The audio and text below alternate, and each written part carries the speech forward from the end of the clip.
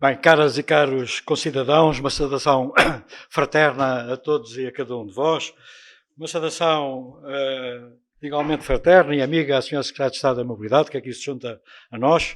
Tivemos o prazer de estar juntos ainda há 8 dias, não, há menos de 8 dias, da sexta-feira passada, em torno de um arroz de lampreia que é tão bom quanto a mobilidade. E uma saudação muito, muito especial, muito amiga à Paula Teles e ao Pedro, e agradecer as palavras amáveis que me dirigiram e que são prova que a razão de eu estar aqui, digamos, é a amizade que nos uniu no trabalho. O pretexto foram as fotografias, foi o pretexto de ouvir, mas a razão é mesmo a amizade. E agradecer muito sinceramente as palavras e os exemplos inspiradores que eu tive aqui, digamos, o privilégio de testemunhar, tanto hoje como nos outros congressos, nos quais eu estive sempre presente. Sou um repetente destas coisas. As fotografias, eu quero-vos dizer que eu sou um bocadinho melhor fotógrafo do que estas fotografias representam. Não sou muito melhor, mas sou um bocadinho melhor. Estas fotografias têm uma história simples.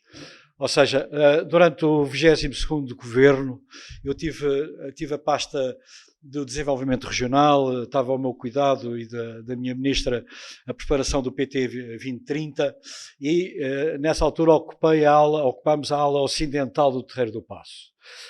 Eu já tinha ocupado um governo anterior a ala oriental, mas nessa altura eu tinha uma secretária de costas para a janela e por isso nunca me apercebi muito bem da praça, excepto quando havia invernos. Mas desta vez, neste período, que foi o período de 26 de outubro de 2019 a 30 de 3 de 2022, eu e a minha secretária ficava perpendicular à janela de sacada. De modo que, enquanto ia trabalhando, também me apercebi no movimento da praça e chamava-me a atenção. Pronto, chamava-me a atenção, até porque aquela é uma praça carregada de história, tudo aquilo que aconteceu em Portugal de uma forma mais direta ou menos direta, passaram pelo Terreiro do Paço. Não é? É um símbolo do poder, figurado, digo eu, mas por ali, desde os descobrimentos às fogueiras da Inquisição até ao 25 de Abril, tudo passou pelo Terreiro do Paço. E, efetivamente, a praça tem hoje uma vivência diferente. E aquilo que me motivou, através da janela, era as pessoas e as vidas que passavam por aquela praça. O que é que esta gente anda aqui a fazer? O que é que motiva esta gente a estar aqui na praça? E por isso, desde aqueles que atravessavam para o trabalho, porque saíam do Cacilheiro e dirigiam-se, nem olhavam para a praça, como é óbvio, estavam canalizados, àqueles que acabavam uma jornada, porque não há turista que chegue a Lisboa que não acabe na Praça do Comércio, nomeadamente junto ao Rio Tejo, no Cais das Colunas. Ali é o ponto em que todos vão ancorar da sua viagem, passando por um ou outro vendedor ambulante, passando pela polícia, passando pelos varredores que são essenciais. Por isso era essa vivência que me despertou e por isso eu sempre que olhava e despertava a atenção, vinha à janela e com o telemóvel tirava. Por isso, são fotografias de telemóvel, tem pouca qualidade e daí o formato ser pequeno, porque se ampliarmos, então isto perde-se tudo, irreverente. Mas pronto, foi isso que me motivou. E depois tinha aqui um conjunto enorme de fotografias, cerca de 100, e no final do ano passado resolvi fazer uma exposição na minha terrinha, em Torres Vedras, em que os painéis eram apresentados de forma diferente. A Paula Teles deu-me o privilégio de estar presente na inauguração e sacou logo a ideia para trazer as fotografias ao Congresso. E a melhor forma de as trazer foi criar estes painéis, estes mosaicos, de forma diferente para eles poderem aqui estar expostos, e não são mais do que isso. Por isso, são exemplos de vivência de uma praça. E por isso, permitam-me partir das fotografias para duas reflexões. E a partir das fotografias é lembrar a todos que em 1990, já era o século passado, mas foi há 25 anos, em 1990, esta praça, que hoje tem esta vivência diária, era uma praça que era ocupada totalmente por veículos automóveis. Era o maior estacionamento de Lisboa. E não foi tão longe quanto isso. 1990. E esta praça, como outras praças no país, e aqui entramos muito no subtema deste congresso, que é mais e melhor espaço público, esta praça entrou num processo de regeneração. Ou seja, a partir do ano 2000, a palavra regeneração urbana entra no nosso léxico e entra muito profundamente no léxico dos autarcas, que depois é reforçado com os programas Polis, que nascem em 2000, mas depois têm uma grande implantação em 2005, a seguir aos Polis, ou juntamente com os Polis, ainda vêm os mini-Polis, e por isso a política de cidades nasce neste século, no princípio deste século, e com isso, digamos, a regeneração urbana por todo o país e a qualidade do espaço público alterou-se das cidades às vilas e até às próprias aldeias. Agora, a questão que eu coloco não é nenhuma provocação, é uma constatação, porque nem todas as praças têm esta vivência, é que se é irrefutável que nós hoje temos uma qualidade do espaço público muito superior, incomparável àquela que existia em 2000, aquilo que eu questiono é se a ocupação desse espaço público acompanhou a regeneração do mesmo espaço público.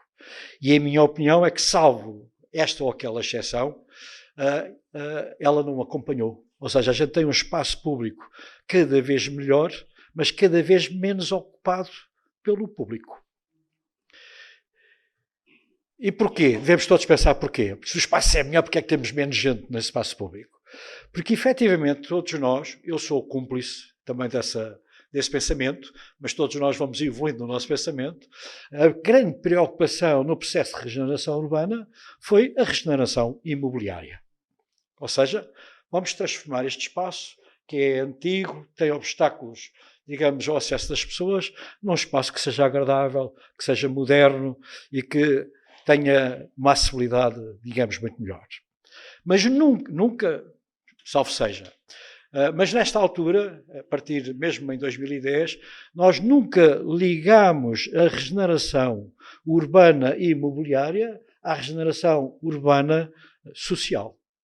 Ou seja, nunca juntámos as pessoas ao espaço público. Pensámos no imobiliário, não pensámos nas pessoas. Só no PT, estes quadros, e em 2010 teve aqui um grande alavanco com o QCA3, com o Quadro Comunitário de Apoio número 3. E é só no PT 2020 que as CCDRs começam, digamos, a exigir e a qualificar e a pontuar a regeneração urbana ligada ao próprio espaço público.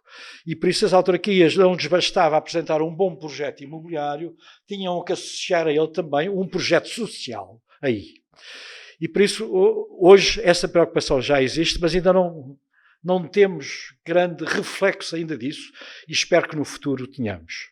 E ontem na conversa com o Miguel, que é sempre uma conversa inspiradora, ele falava nisso, quer dizer, se eu tiro automóveis do espaço público para dar peões, eu tenho que criar atividade para preencher o espaço que era ocupado pelos automóveis. Porque senão quem lá reside ou quem lá mora diz, então, mas tiraram daqui os automóveis, isto não tem nada, mais vale cá ter o automóvel. E por isso a atividade em espaço público é, digamos, essencial. Por outro lado, há aqui um pecado, que é um pecado, na minha ótica, um pecado mortal.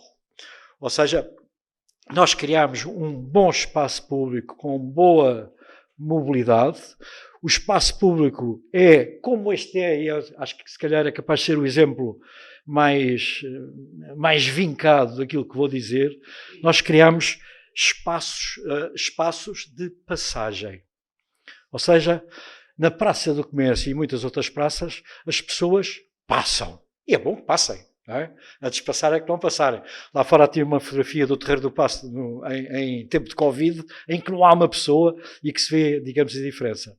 Mas nós, e quando digo nós, eu tenho sempre aqui mais de metade das costelas que são autárquicas, quer dizer, nós, e nomeadamente os autarcas, ao encomendarmos projetos, ao criarmos programas para os projetos, nunca tivemos grande preocupação na generalidade das intervenções em espaços de estadia. E por isso nós criamos espaços de passagem, qualificados, mas não criamos condições para as pessoas se fixarem. Vão-me dizer, bem, mas no meu espaço há sempre 3, 4, 5, 10 esplanadas. Com certeza que sim. Algumas, se calhar, até se eu for a Veneza, até só para sentar na cadeira da esplanada, já estou a pagar. Uma taxa acima da água ou do café que vou tomar. Em Portugal ainda não chegámos a esse ponto, felizmente. Mas sítios de estadia propriamente ditos, em que se junta ao espaço público aquilo que é um nicho de sombra ou uma ilha verde e mais uma zona para se sentar debaixo daquela árvore, é algo que é raro nós encontrarmos dentro destas intervenções. E isso, digamos, é essencial e não é impossível. Ou seja, é perfeitamente possível nós continuarmos a melhorar o espaço público, embora já se tenha feito tanto, mas é sempre possível fazer mais, mas é importante essas duas coisas, que é aliarmos ao espaço público, à regeneração urbana, aquilo que é a regeneração social, e há projetos muito bons no país, através de associações implantadas nesses mesmos espaços, através da própria regeneração imobiliária e a colocação de novas famílias em espaços devolutos e degradados, mas também criar no espaço público não só um espaço de boa passagem, como seja também um espaço de boa estadia, em que haja sítios e locais para, digamos, se poder sentar. Nesta praça, que é uma praça emblemática para o país, há pessoas que sentam, e sentam-se aonde? Sentam-se no pedestral do Dom José. É ali. É o único sítio onde se sentar, é aquele. Ou seja, e isto poderia ser mais conciliável e poderia ser mais útil para as pessoas, não só para passarem, mas para estarem. E por isso era esta reflexão que eu vos deixava. Sei que há muitos técnicos autarcas, sei que há muitos autarcas na sala, e pensarmos o espaço público não só como um espaço de passagem, mas essencialmente um espaço que tem que ser vivido, e ao princípio tem que haver muitos eventos para que as pessoas tomem o espaço como seu, mas também seja um espaço de estadia, criar condições para que as pessoas possam estar. Muito obrigada pela vossa atenção e muito obrigada pela amizade que têm em convidar-me a vir aqui, e eu muito agradeço.